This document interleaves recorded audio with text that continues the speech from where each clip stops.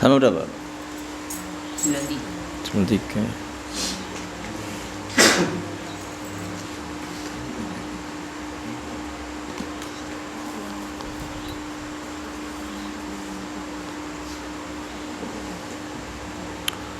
Oh ya. Bismillahirrahmanirrahim.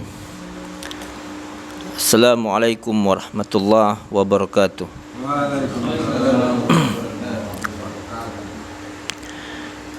Innal hamdalillah nahmaduhu wa nasta'inuhu wa nastaghfiruh. Wa na'udzu billahi min shururi anfusina wa sayyiati a'malina. May yahdihillahu fala mudilla lahu wa may yudlil fala hadiya lahu. Asyhadu an la ilaha illallah wahdahu la syarika lahu wa asyhadu anna Muhammadan abduhu wa rasuluh. Allahumma salli wa sallim ala nabiyyina Muhammad wa ala alihi wa ashabihi wa mawala, amma ba'd. Fa inna asdaqal hadithi kitabullah wa khairal hadi hadi Muhammadin sallallahu alaihi wa alihi wa sallam. Syarrul umuri muhdatsatuha fa inna kulla muhdatsatin bid'ah wa kulla bid'atin dhalalah wa kulla dhalalatin finnar. Kita lanjutkan kajian kita, melanjutkan bab tentang masalah larangan menggunakan jimat. Kalau kata orang Jawa Pak, jimat itu barang siji sing dirumat jadi. Itu bagian dari kesyirikan, bagian dari kesyirikan. Karena itu Rasulullah sallallahu alaihi wasallam memerintahkan para sahabat untuk memusnahkan jimat. Bahkan Nabi sallallahu alaihi wasallam seperti hadis yang kita baca kemarin, beliau tidak mau membaiat orang yang menggunakan jimat. Bahkan Nabi pernah melihat orang yang memakai jimat. Beliau mengatakan kepadanya, inzi'ha, lepas jimat itu. Fa innaka immutta wa hiya 'alaika ma aflahta abada. Seandainya engkau mati dan jimat itu masih kamu pakai, ma aflahta abada, selamanya engkau tidak akan pernah beruntung. Artinya apa? Kalau dia setelah mati tidak pernah beruntung sama sekali, dia kekal di dalam neraka. Waliyadzubillah. Sekarang itu Pak, jangan tertipu dengan penampangan seorang kiai, penampangan seorang ustadz, tapi dagangannya jimat. Dagangannya jimat. Min fikhil bab, dari bab ini, jadi jimat dan menggantungkan jimat itu merupakan syiar jahiliyah. Jadi sesuatu yang menjadi pasar atau dagangannya orang-orang jahiliyah terdahulu. Karena jimat itu la tajlibu naf'an, tidak bisa memberikan manfaat, wala tadfa'u dharran, tidak pula bisa menghilangkan madarat. Atau kalau sudah terjadi tidak bisa menghilangkan madarat. Jadi madarat itu Pak, tidak bisa mendatangkan manfaat, tidak bisa menolak madarat. Seandainya madarat terjadi juga tidak bisa menghilangkan madarat. Itu hanya Pak, halusinasi manusia. Mereka pernah Pak saya apa Pak ya? Saya kejar orang yang pakai jimat itu Pak, alasannya apa? Ini kan cuma sebagai biar kita yakin gitu Dok. Biar kita yakin katanya. Kata mereka seperti itu.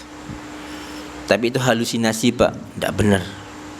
Karena seandainya Allah Subhanahu wa taala berkehendak untuk memberikan seorang madarat kepada seseorang, jimat bisa menolaknya enggak? Enggak bisa. Kalau Allah hendak mengangkat madarat dari seseorang, atau seandainya ada orang terkena madarat dan Allah tidak berkehendak untuk mengangkatnya, jimat yang ia pakai bisa mengangkatnya enggak?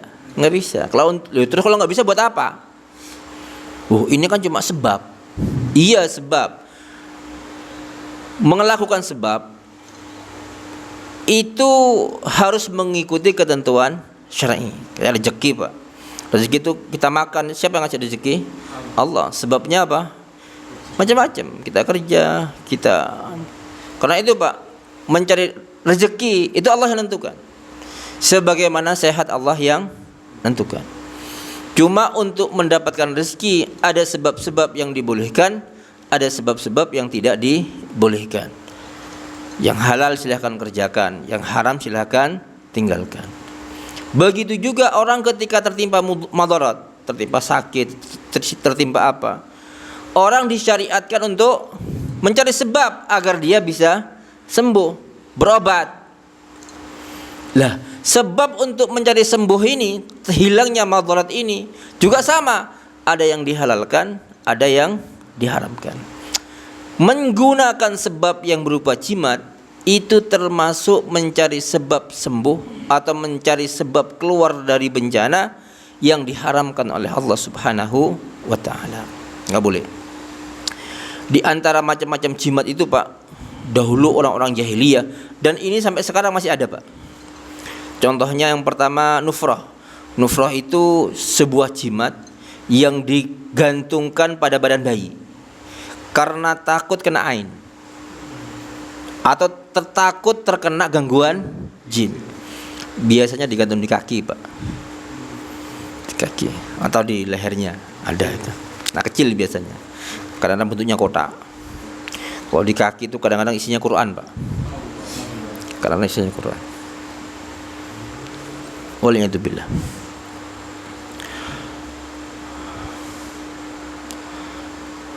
Atau bahkan kadang-kadang Pak, isinya kotoran, najis.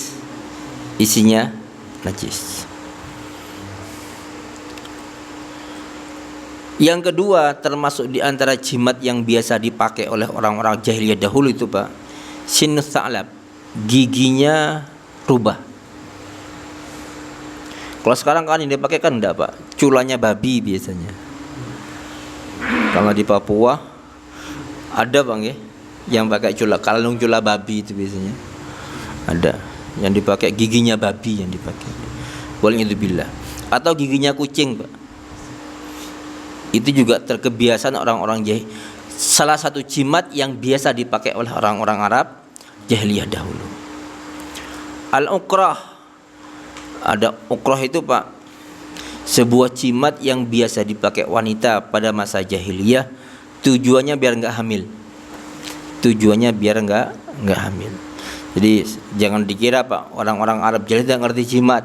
Justru jimat-jimat yang ada sekarang itu adalah warisan dari yang mereka lakukan pada zaman dahulu. Masih banyak Pak, ada yang jalib. Yang jalib itu Pak, kalau bahasa kita pengasihan.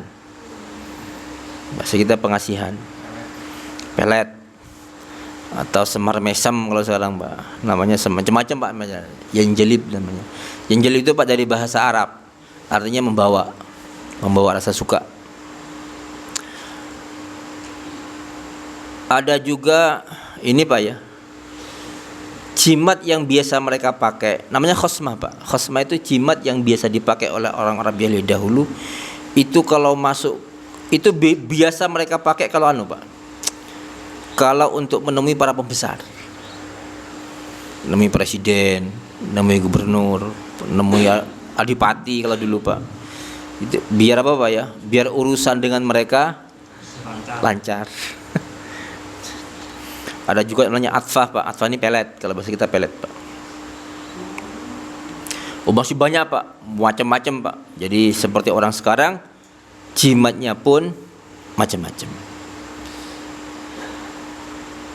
Bahkan biasanya ada anunya Pak ya. Sekarang kayaknya mulai, kalau tahun kemarin tuh ada Pak, istilahnya apa ya Pak ya, kayak semacam pameran keris, pameran apa itu Pak, sama. Itu mirip-mirip Pak sebenarnya. Sekarang batu akik yang ada sekarang. Kalau dulu ada keris kayaknya dulu. Jadi pameran keris dulu ada dulu. Jangan percaya Pak, keris sakti, enggak ada keris sakti Pak. Apanya yang sakti? Dilempar juga ngelawan dia. Cuma lempar aja Pak, kan enggak ngelawan dia. Sakti apanya? Enggak ada yang sakti Pak. Itu hanya bualan setan aja Pak, agar kita apa? Mempersekutukan Allah Subhanahu wa taala.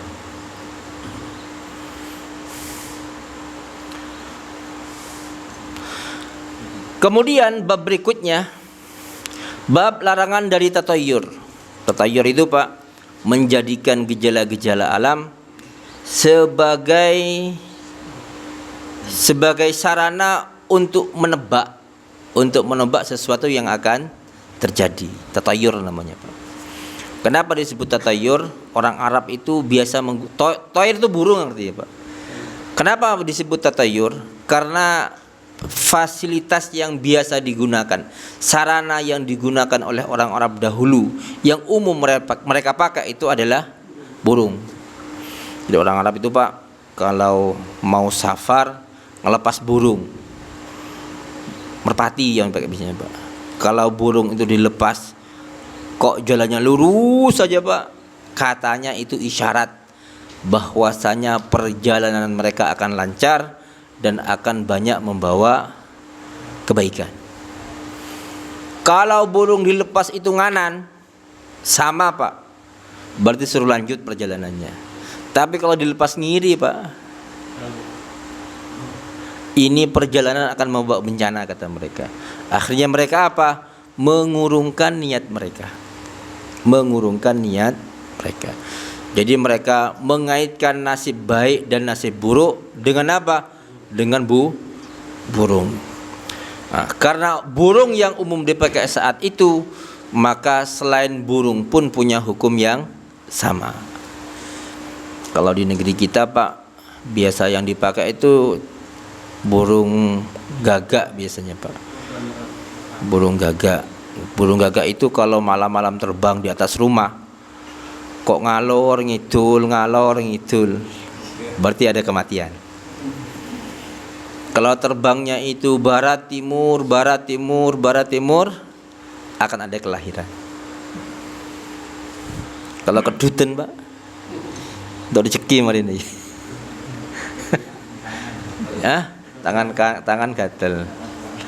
Atau dapat kupu-kupu Pak, ada kupu-kupu masuk rumah, katanya apa? Ada tamu. Itu masuk tatayur Pak, itu masuk tatayur. Dan itu hukumnya haram, tidak boleh. Dalilnya yang pertama adalah firman Allah Subhanahu wa taala, qalu tayyarna bika wa biman ma'ak. Mereka mengatakan, kami ini mendapatkan nasib sial karena keberadaan kamu dan keberadaan orang-orang yang bersama kamu. Qala ta'irukum indallah. Maka Nabi mengatakan, utusan itu mengatakan, nasib sial kalian itu ada di sisi Allah Subhanahu wa taala.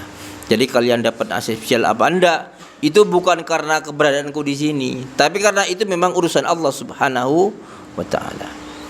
Bal antum qaumun tuftanun, akan tetapi kalian adalah suatu kaum yang terkena fitnah, terkena cobaan. Wa qauluhu ta'ala, ini ucapan utusan-utusan Allah yang Allah utus kepada penduduk negeri Pak, yang disebut Ashabu Yasin. Cerita ini ada di surat Yasin. Ketika Nabi itu mengajak mereka untuk beriman kepada Allah, mereka tidak mau. Suatu ketika mereka tertimpa pacaklik Pak, atau terkena musibah. Kemudian mereka mengatakan, oh kami kena musibah ini karena dakwah kalian. Bukan, musibah itu datangnya dari siapa? Allah Subhanahu wa ta'ala. Qalu ta'irukum ma'akum. Para nabi itu mengatakan, para utusan itu mengatakan, ta'irukum ma'akum, nasib sial kalian itu adalah bersama kalian. A'in dzukirtum bal antum qaumun musrifun. Apakah jika kalian diberi peringatan, kemudian kalian tertimpa musibah, apakah kalian terus mengatakan bahwasanya musibah itu ada karena peringatan kami? Enggak. Tapi musibah itu datang dari Allah Subhanahu wa ta'ala. Nabi kena musibah enggak Pak? Kena. Orang kafir kena musibah enggak? Kena. Kenapa? Karena Allah berkehendak untuk menguji dengan musibah itu siapa saja yang Dia kehendaki, dan diangkat musibah itu dari siapa saja yang dia kehendaki. Bal antum qaumun musrifun, akan tetapi kalian itu adalah kaum yang melampaui batas.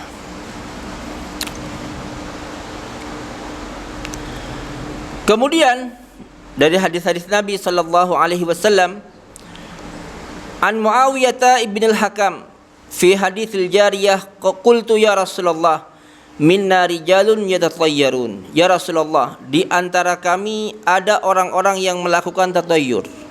Ada orang-orang yang melakukan tatayyur. Qala, maka Nabi mengatakan, dzalika syai'un tajidunahu fi sudurikum. Itu hanyalah gangguan-gangguan yang ada yang kalian dapati berada di hati-hati kalian. Wala yasuddannakum, jangan sampai tatayyur itu menghalangi kalian untuk melakukan sesuatu. Jadi tolak ukur itu Pak, orang itu jatuh pada tatayyur apa enggak ketika dia bertatayyur, apakah dia melakukan perbuatannya itu berdasarkan tatayyur itu apa enggak. Kalau dia betul-betul melaksanakan sebagaimana keinginan dia Pak, bukan karena tatayyurnya, maka dia tidak jatuh pada tatayyur. Contohnya Pak, ada orang lamaran, ada orang laki-laki minta anaknya orang untuk anaknya, belum sempat menikah kok salah satu kedua orang tuanya mati. Ini bencana katanya. Langsung dibatalkan. Langsung dibatalkan Pak katanya. Kenapa? Karena mereka meyakini kalau diteruskan nikahnya, pernikahan itu akan membawa bencana. Kalau ada orang Pak langsung menghentikan Pak karena keyakinan itu Pak, berarti dia jatuh pada tatayyur. Kalau dia mengatakan enggak, bencana dan tidak ada bencana bukan karena kematian, tapi karena Allah yang menghendaki. Lanjut Pak, tidak bisa tatayyur dia Pak. Karena itu Pak, kalau orang seperti itu hendaklah dia banyak-banyak berdoa Pak. Allahumma la tayra illa tayruk, wa la khaira illa khairuk, wa la ilaha ghairuk.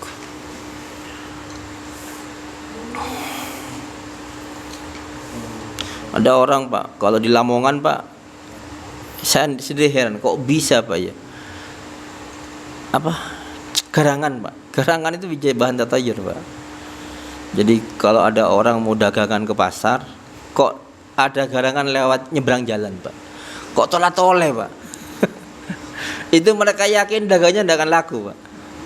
Kata Pak Yu, ya apa sampai ke pasar merengut wis apa pesimis. Ya wedi kata wong kata teko.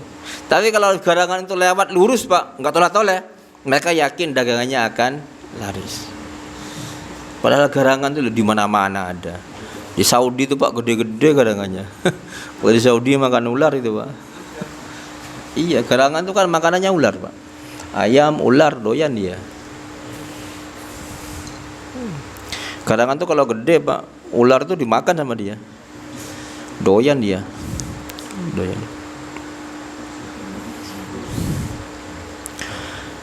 Kemudian an Anas bin Malik radhiyallahu taala anhu anin Nabi sallallahu alaihi wasallam qala la adwa wa la tiyarata wa yu'jibuni al-fa'lus salih al-kalimatul hasanah.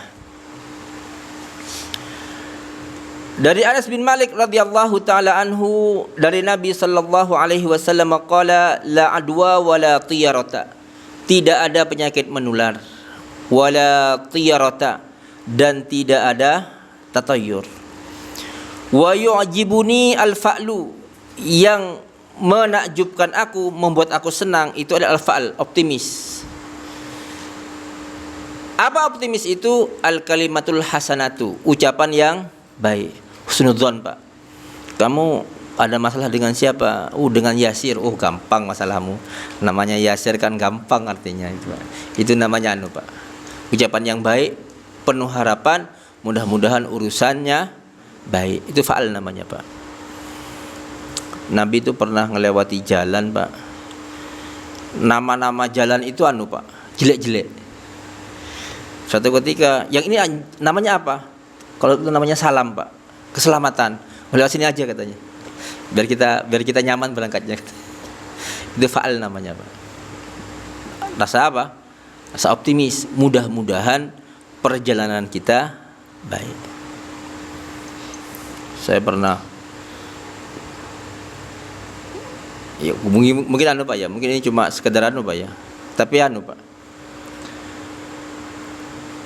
di Sukowono, Kalisat Pak, ada desa namanya Somber Ketempah. Ada Pak ya? Somber Ketempah. Ketempah itu Pak labi-labi. Bulus Pak. Yang kayak kura-kura itu. Cuma atasnya lurus dia, nggak ada batiknya. Lurus saja dia. Hah? Iya, agak gepeng dia. Kemudian saya nganu Pak, ngelewati apa namanya? Ambulan. Desa Sumber Ketimpa. Namanya Desa Sumber Ketimpa. Ya Allah, kok namanya jelek sekali ya, Sumber Ketimpa. Pas tidak berapa lama Pak, saya mendengar ada mobil kontainer. Tahun kemarin Pak, mobil kontainer menimpa apa namanya? Nimpa anak mau balik pondok Pak. Balik pondok, orang mana? Silo. Satu keluarga mati semua Pak. Yang selamat cuma ibunya karena lain mobil. Kalau yang mondok bapaknya sama beberapa keluarganya ketimpa mobil triplek Pak. Kontainer triplek waktu itu kalau nggak keliru. Nggih Pak, nggih. Seling Pak. Iya. Saya langsung ingat nama ambulan itu Pak. Sumber Ketimpa. Iya. Sumber Ketimpa. Waliyadzubillah. Ya mudah-mudahan Allah mengampuni mereka. Jadi semua musibah itu Pak berasal dari siapa? Dari Allah Subhanahu wa taala. Kemudian di sini Pak Rasulullah mengatakan la adwa, tidak ada penyakit menular. Maksudnya apa? Tidak ada penyakit yang menular dengan sendirinya tanpa ada kehendak dari Allah Subhanahu wa taala. Karena Nabi juga mengatakan firra minal majzum, larilah kalian dari orang yang majzum, terkena penyakit lepra. Firaraka minal asad, sebagai kamu lari dari singa. Kemudian beberapa hadis Pak mengatakan bahwasanya jika suatu daerah terkena wabah, maka orang yang di dalam tidak boleh keluar, yang di luar tidak boleh masuk. Itu loh, katanya nggak ada penyakit menular. Iya, itu bagian dari usaha Pak. Jangan sampai nanti apa Pak ya? Kita terkena di situ, waliyadzubillah Pak. Kemudian kita menyalahkan apa? Menyalahkan takdir Allah Subhanahu wa taala. Iya Pak, karena kayak kita Pak, kalau melihat usaha, kita kan yakin Pak rezeki dari Allah Subhanahu wa taala. Iya kan? Tapi kalau ada usaha secara matematis hitungan sudah rugi Pak, masa kita lakukan? Kan enggak. Usaha kita agar kita selamat dari kerugian itu adalah menghindari usaha yang secara hitungan matematis sudah tidak menguntungkan. Itu usaha namanya Pak. Tapi seandainya terkena Pak, kita yakini bahwasanya terkenanya bencana itu karena apa? Kehendak Allah Subhanahu wa taala. Karena seandainya Allah tidak berkehendak untuk memindahkan penyakit itu dari orang ke orang Pak, terjadi enggak? Enggak. Karena itu Pak, banyak orang terkena penyakit menular Pak secara medis, tapi keluarganya Pak nggak ada yang kena. Tapi ada orang yang sekali ketemu langsung kena, ada Pak. Kenapa menularnya penyakit itu? Bukan karena kemauan penyakit itu, tapi karena kehendak Allah Subhanahu wa taala. Kita menghindari penyakit yang menular itu sebagai wujud usaha. Mudah-mudahan kita tidak kena. Kemudian hadis berikutnya, an Abi Hurairah radhiyallahu taala anhu anin Nabi sallallahu alaihi wasallam qala sami'tu Rasulullah sallallahu alaihi wasallam yaqul Abu Hurairah mengatakan, aku mendengar Rasulullah sallallahu alaihi wasallam bersabda, la tiyarata, tidak ada tatayur, wa khairuha, sebaik-baiknya itu adalah al-fa'al, rasa optimis. Qala al-kalimatus salihah, yaitu ucapan-ucapan yang baik, yasmauha ahadukum, yang didengar oleh salah seorang di antara kalian. Jadi kita harus ada menimbuhkan rasa optimis dalam hati kita dengan cara apa? Mengucapkan kata-kata yang baik. Karena itu Pak, para sahabat dahulu itu kalau ada orang sakit sering mengatakan araka barian, kayaknya kamu mau sembuh ini gitu. Itu untuk apa? Menumbuhkan rasa optimis. Araka barian, aku melihat kamu sudah mau sembuh ini. Itu ucapan yang baik untuk apa? Untuk menumbuhkan rasa optimis dalam hati orang yang sakit. Hadis berikutnya,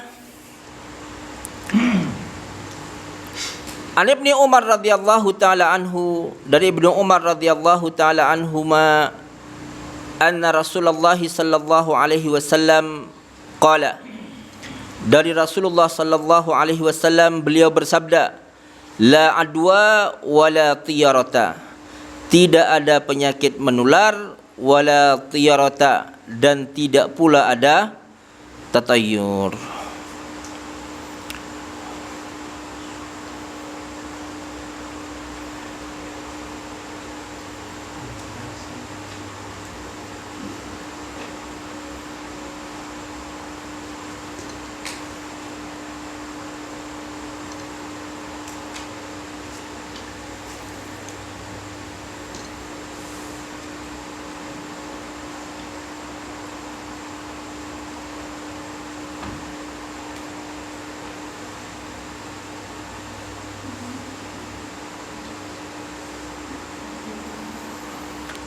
Kemudian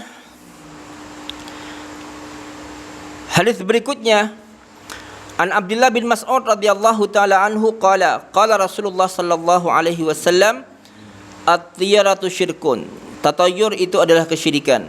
Wa ma minna illa, walakin tidak ada seorang pun di antara kita mesti pernah terbesit tatayur di dalam pikirannya.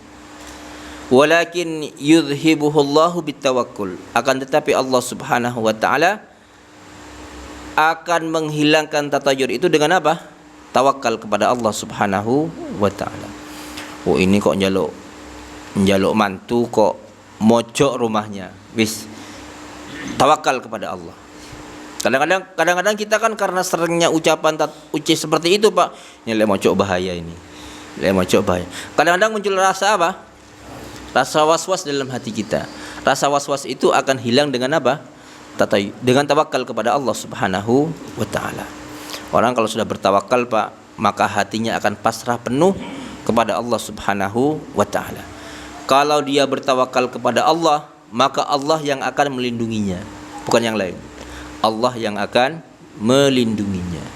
Jadi kalau orang itu, Pak, kalau sudah pasrah betul kepada Allah Subhanahu wa taala, tidak bergantung sama sekali kepada makhluknya, maka Allah akan mencukupi dia. Saya pernah, Pak, kedatangan orang, anaknya tiba-tiba nggak bisa jalan. Kemudian kadang-kadang kayak kesurupan, Pak. Kalau di ruqyah nyacam kadang-kadang. Yang diancam siapa? Yang dituduh siapa? Biasa, Pak, kalau jin yang dituduh siapa? Tetangganya. Datang ke saya menceritakan semuanya. Memang tetangga saya itu beberapa akhir-akhir ini, Ustaz, itu kayak nggak penak dengan kami, katanya. Ya, ini sudah mulai kena ini. Sudah mulai. Orang kalau di ruqyah, Pak, kok yang keluar bukan suara dia. Kadang yang di ruqyah laki-laki, Pak, yang keluar suara perempuan. Iya. Di ruqyah itu yang keluar suara perempuan, Pak. Kadang yang di ruqyah perempuan yang keluar suara laki-laki. Itu bukan dia yang ngomong, Pak. Itu jin. Jin itu, Pak, hukum asalnya ucapan dia dusta apa jujur? Dusta. Kalau Nabi bilang dia jujur Pak, membenarkan ucapan jin, karena Nabi dapat wahyu. Kalau kita kan nggak dapat Pak. Jadi kita kembalikan ke hukum asal. Ucapan mereka adalah dusta, tidak boleh dipercaya. Subhanallah Pak. Saya gitu kan Pak, mulai sadar dia. Oh iya ya. Jadi cuma saran saya, baik tetangga sampean, perkara anak sampean kena kesurupan seperti itu, harapkan pahalanya yang pertama kata saya. Harapkan pahalanya. Yang kedua, seandainya kalau memang kan susah, iya susah. Kalau cuma susah bukan cuma kesurupan. Ndak kena kesurupan, kena penyakit lain juga susah. Karena permasalahan hidup juga susah. Jadi sampean tawakal saja kepada Allah, sampean ruqyah mandiri. Nanti hasilnya seperti apa? Kalau memang waktunya mati, ndak harus kesurupan. Ndak kesurupan pun iya mati. Waktunya mati. Tapi kalau belum waktunya mati, masih kesurupan kayak apa? Ndak kira mati. Saya gitukan aja dia Pak. Karena sudah mulai kena apa namanya? Wong namanya orang di ruqyah nyacam Pak. Saya biarkan aja. Ini pulang orang itu Pak. Dapat 1 minggu Pak, 2 minggu udah ketemu lagi. Gimana Pak? Ustaz, sekarang bisa jalan anak saya katanya. Jadi bisa jalan sekarang katanya. Sembuh katanya. Sembuh memang Pak. Alhamdulillah. Jadi tawakal itu Pak kuat Pak. Pengaruhnya kuat sekali. Karena itu Pak, orang kalau sakit tawakalnya penuh Pak, biasanya sembuhnya cepat. Tapi lewes dikit-dikit ngeluh. Oh itu Pak, itu biasanya Pak, bukan tambah sembuh Pak, tambah parah. Nggak akan sembuh malah. Nggak akan sembuh. Jadi pasrahkan semuanya hanya kepada Allah Subhanahu wa ta'ala.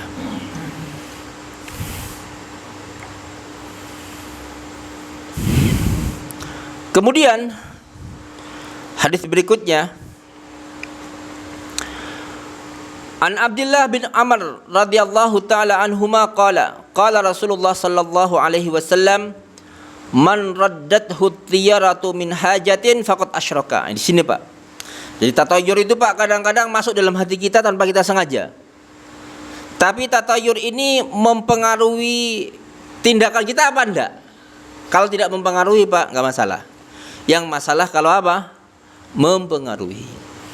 Man raddathu tiyaratu min hajatin faqad asyraka. Barang siapa yang tatayur menghalangi dia dari hajat dia, maka dia telah berbuat syirik. Ada orang Pak sudah mau safar dia, berarti kan dia punya hajat untuk safar dia. Kok ngelepas burung beloknya kiri, wis nggak situ. Itu namanya Pak tatayur telah menghalangi dia dari hajat dia. Ada orang sudah ngaminta anaknya orang untuk anaknya, kok orang tuanya sana mati, langsung dibatalkan Pak. Maka itu apa? Tatayur, jatuh pada kesyirikan. Termasuk tatayur ini Pak, menghitung hari itu Pak, weton. Jadi kalau sama-sama lahirnya hari Sabtu, kalau Sabtu yang Sabtu perempuan, yang laki hari Senin, jangan dikawinkan katanya. Kenapa? Nanti yang laki-laki akan dikuasai sama yang perempuan katanya. Akan kalah. Karena apa namanya Pak? Hitungannya lebih tinggi yang perempuan katanya. Oh no, itu tatayur Pak. Ada orang Pak kalau hamil enggak boleh nyembelih ayam itu Pak. Apa? Enggak boleh mancing itu Pak, sama Pak. Itu maksud. Ada orang penghasilannya memang cuma mancing, masa enggak mau mancing malah enggak makan.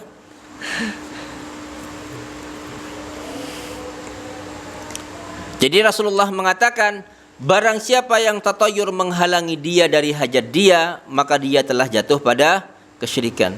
Qalu, para sahabat bertanya, ya Rasulullah, ma kafaratu dzalika? Wahai Rasulullah, apa kafarah tebusan bagi orang yang telah jatuh pada tatayur? Qala ayyaqula ahaduhum, hendaklah salah seorang di antara mereka mengatakan, Allahumma la khaira illa khairuk. Ya Allah, tidak ada kebaikan kecuali kebaikan Engkau. wala tayra illa tayruk, dan tidak ada kesialan kecuali kesialan Engkau ya Allah.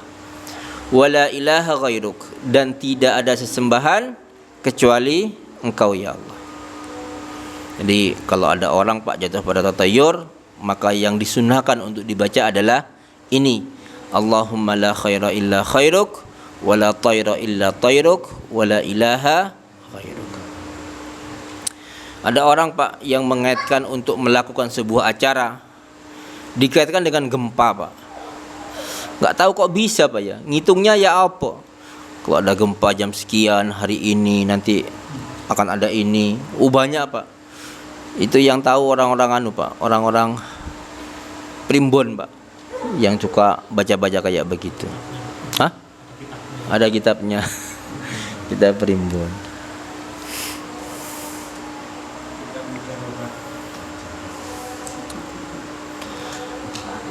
Kemudian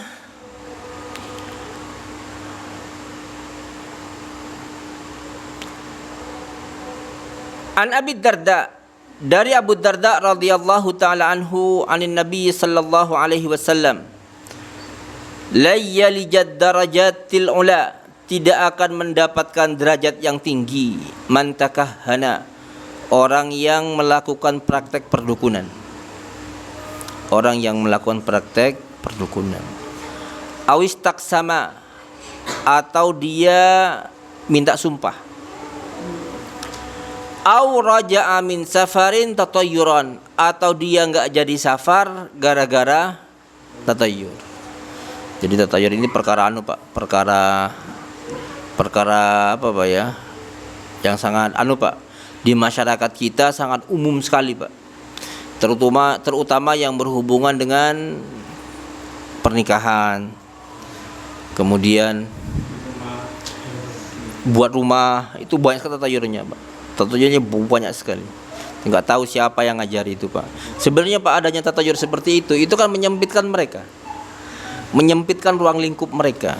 Gerak mereka sempit, jadi terbatas. Kadang-kadang mereka jadi ada hitungan sendiri Pak. Kalau buat rumah untuk ditempati yang bagus hari apa, kalau buat toko yang bagus buka pondasinya hari apa, nanti ngunggah no balungan yang bagus hari apa. Coba nggak ada tatayur Pak, kan nyaman Pak. Pokoknya tukang bisa, uang ada, jalan Pak. Kalau gitu kan enggak Pak. Kalau nanti tukang enggak bisa, uang ada, masih kerja di rumah orang, itu sih di Pak. Kau kan berisik di rumahnya orang, suruh nggak ada punya dia, kan dolim Pak sama orang. Yang orangnya sana terburu-buru. Orangnya sana terburu-buru, enggak kayak syarat habis jadi. Kayak syarat tok, sesuk kerja mana aja. Sesuk kerja mana? Karena saya pernah lihat sendiri seperti itu, Pak. Iya. Jadi tukang masih kerja di rumah orang, dia itu ngepaskan buka pondasi dengan hari baik menurut dia. Sehingga orang yang kerja di rumah orang yang sudah terburu-buru, pengen cepat selesai karena sebuah urusan, tukangnya diambil, Pak. Disuruh ngerjakan pondasi rumah dia karena harinya apik jarene. Iki sing kate ono maneh, iki petang tahun engkas jarene. Iya, ada mau tahun ada tak ada deh. Beden tahun dia karo. Sak paksakin lah. Ya Allah. Beden cuma hari ini katanya Pak. Waliyadzubillah. Gitulah Pak. Makanya Pak, orang-orang yang